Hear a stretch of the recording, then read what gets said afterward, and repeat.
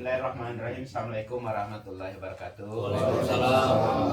Yang kami hormati Bapak Kepala Desa Kesambilama beserta jajaran perangkat desa, Ketua BPD beserta anggota, Ketua BMA beserta anggota, dan yang sama-sama kita hormati Pak Hidayatullah, anggota DPRD Kabupaten Rejang Lebong yang kesempatan hadir pada siang hari ini, dan yang kami hormati Sekretaris Indak Koprin Indak Koperasi UKM Perindustrian, Pak Robert. Terus terang beliau ini menghubungi saya kemarin itu, saya bilang sepanjang ada waktu saya hadir. Tadi pagi di Perpo jam 10 saya juga ditelepon, tapi saya tidak bisa hadir tadi karena ada acara kegiatan Zoom meeting rakor nasional masalah inflasi daerah. Ini saya tidak bisa hadir, tapi Pak Juprian sebagai kepala BPP ya, hadir. Ya, yang kami hormati Pak Juprian ya, sebagai kepala BPP, dan yang kami hormati yang kami muliakan Ketua Kelompok Tani beserta anggota dan pengurus yang bersedia hadir pada siang hari ini. Mari kita bersyukur kepada Allah atas rahmat limpahan kepada kita berupa nikmat umur, kesehatan, kesempatan dan kekuatan sehingga kita dapat hadir rumah Pak Osman ya, dalam rangka pembentukan kelompok tani. Salawat dan salam mari kita sampaikan kepada junjungan Nabi besar Muhammad sallallahu alaihi wasallam, Sayyidina Muhammad wa ala Sayyidina Muhammad. Atas tuntunan dan ajarannya kita terlepas dari alam jahiliyah menjamin pengetahuan Islami yang pada ini. Bapak Ibu yang kami hormati, di sini saya di Dinas Pertanian dan Perikanan, saya melihat bahwa permasalahan utama di petani pertanian kita ini adalah di petani belum membentuk kelompok tani. Nah, oleh karenanya saya menyampaikan ke Pak Bupati, dan Pak Bupati pun memerintahkan ya tanggal 28 Januari yang lalu melalui surat ke camat supaya memerintahkan kepala desa, lurah untuk menginventarisir petani-petani yang belum bentuk kelompok tani untuk bentuk kelompok tani.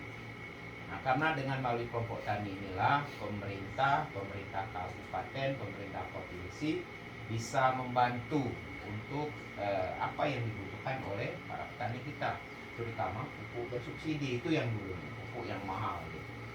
Nah, kami di Dinas Pertanian, Bapak Ibu, mengidentifikasi dan bersepakat ya bahwa waktu itu di awal tahun itu ya baru 30% petani kita yang bentuk kelompok tani. Artinya kalau 30% itu kebutuhan pupuk 100 ton di Kabupaten Rejang Lebong itu yang bisa ngusul cuma 30 ton. 70 ton tidak bisa ngusul kan, tidak masuk kelompok tani. Nah, inilah permasalahan menurut saya. Yang 30 ton pun 30% tadi belum tentu juga mengusulkan ininya pupuk bersubsidi. Inilah permainan dari sisi pupuk saja, belum lagi yang lain. Nah, oleh karenanya kami bersyukur manakala memang masyarakat mengajak kami untuk bentuk kelompok tani, sepanjang saya ada, saya hadir gitu kan. Tapi kalau tidak ya alhamdulillah, ini kepala BPP, apalagi BPP kita dekat, bisa cepat kita berkoordinasi. Karena mereka inilah yang harus hadir ya, bukan sebagai kepala BPP saja, juga sebagai penyuluhnya, sehingga di dalam berita acara yang ditandatangani penyuluh perangkat desa itu jadi lengkap administrasinya. Nah, ini penting Bapak Ibu, karena kelompok tani dibentuk ini sekarang tidak seperti dulu ya. Saya dulu pernah menjadi kepala dinas kehutanan perkebunan, pada saat ada kegiatan atau proyek, nah itu cepat bentuk kelompok tani ya. Nah, sekarang nggak bisa lagi, karena kelompok tani ini harus terdaftar di Simluktan, Sistem Informasi Manajemen Penyuluhan Pertanian. Sampai dengan saat ini ada 1.216 ya kelompok tani yang ada simultannya.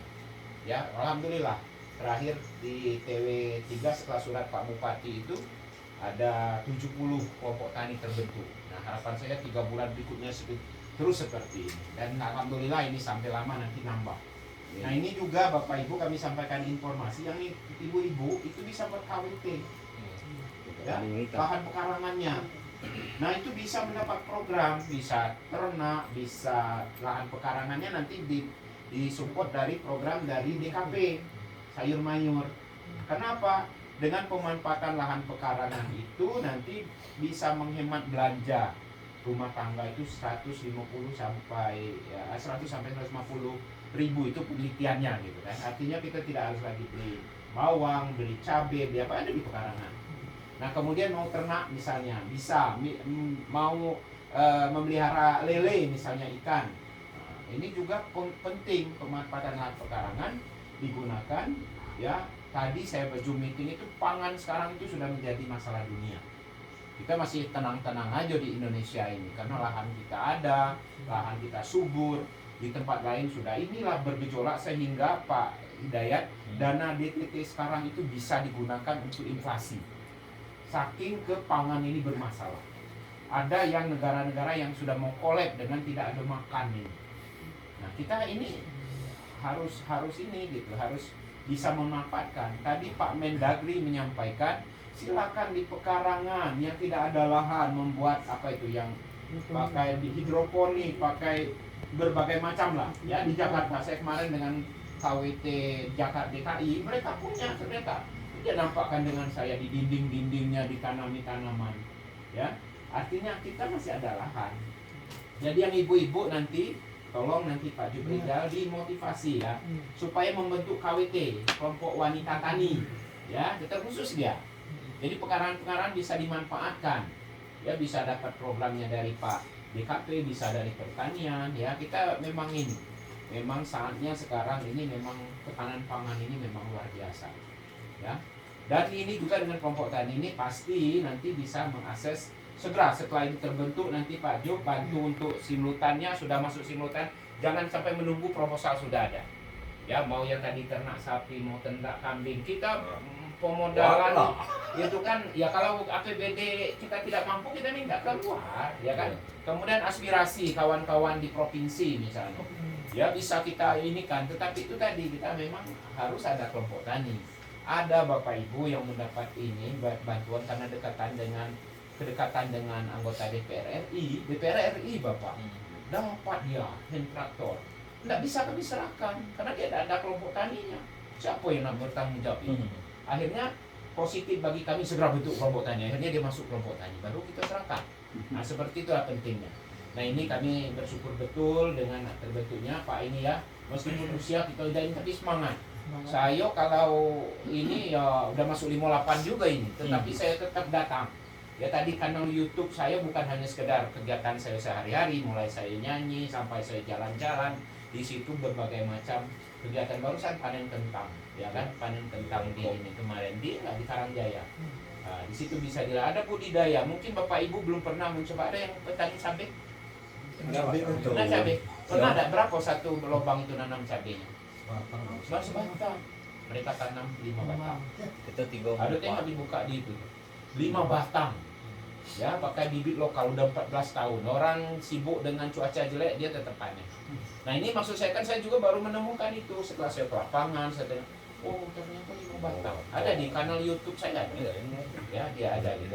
Jadi ini memotivasi saya di sini, bernostalgia juga. Saya di sini mulai dari tahun 2004 ya. 2004 ada, masih ada jalan BRDP. Ya, masih ada jalan BRDP.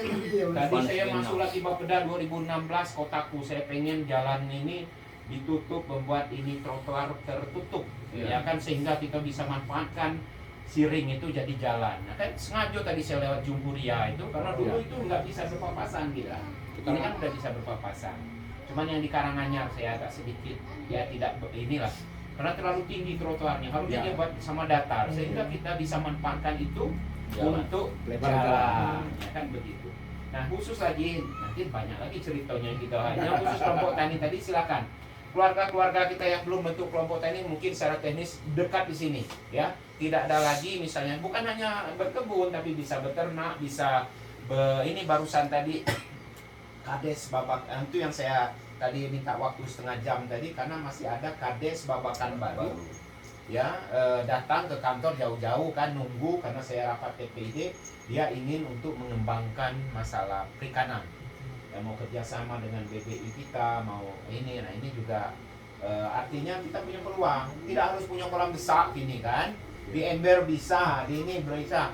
Kemudian peluang dana kita bukan hanya APBD, dana desa 20% harus untuk tanam pangan dan ikan. Ya manfaatkan itu, tetapi melalui wadah kelompok ini, ya kan?